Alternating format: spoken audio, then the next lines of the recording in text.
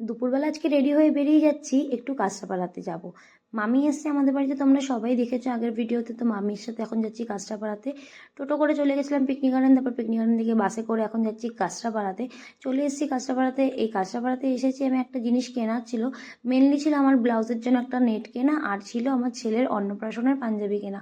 তো দুটোর মধ্যে কোনোটাই আমি পেলাম না, কারণ আমি যেই কালারের পাঞ্জাবিটা খুঁজছি সেই কালার পাঞ্জাবিটা নেই। তারপরে এই দোকান থেকে কিনে নিলাম ছেলের জন্য একটা স্টিলের বোতল, কারণ আর কদিন পরেই তো জল খাবে, 6 মাস পূর্ণ হয়ে যাবে। তাই একটা স্টিলের দুধের মানে জলের বোতল কিনে নিয়েছি।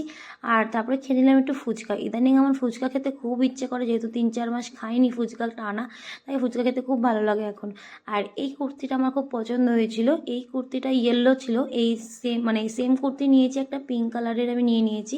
আর তারপরে না আমার এই কুর্তিগুলোও পছন্দ হয়েছিল, কিন্তু আগে যেহেতু এই কুর্তিটা কেনা হয়ে গেছিলো, তাই এগুলো আর নিলাম না, পরে এক সময় নেব। তারপর বাড়ি ফেরার সময় সবার জন্য মিয়ামোড় থেকে নিয়ে এসেছিলাম চিকেন প্যাটিস, আর আমার জন্য নিয়েছিলাম চিকেন হটডগ। আর ওইদিকে কিন্তু মামা আমার ছেলের সাথে খেলা করছিল, কারণ মামা আর মার কাছেই কিন্তু আমি আমার ছেলেকে রেখে গিয়েছিলাম। তারপরে মামা নিয়েছিল সবার জন্য ক্রিস্পি চিকেন। ক্রিস্পি চিকেনটা খেতে কিন্তু বেশ ভালো ছিল, আর আমার কিন্তু খুব ভালো লাগে এই চিকেনটা খেতে। সবাই এখানে বসে বসে আমরা গল্প করছিলাম আর ক্রিস্পি চিকেন খাচ্ছিলাম। আর রাত্রেবেলা ছিল বড় মেজমার ঘরে নিমন্ত্রণ। পিয়া বৌদি আজকে বানিয়েছিল ফ্রাইড রাইস আর চিকেন কষা। পিয়া বৌদি কিন্তু চিকেন কষাটা জাস্ট দারুণ বানায়, ঝাল ঝাল করে, আর ফ্রাইড রাইসের সাথে খেতে জাস্ট দারুণ অসাম লাগছিল। তো আমরা কিন্তু এখন ডিনারটা কমপ্লিট করে নিচ্ছি। আমরা ডিনারটা কমপ্লিট করে নিই। তোমরা আমার চ্যানেলটাকে একটা সাবস্ক্রাইব করে দিও, আর ফেসবুকে দেখে একটা লাইক করে দিও। ওকে, বাই।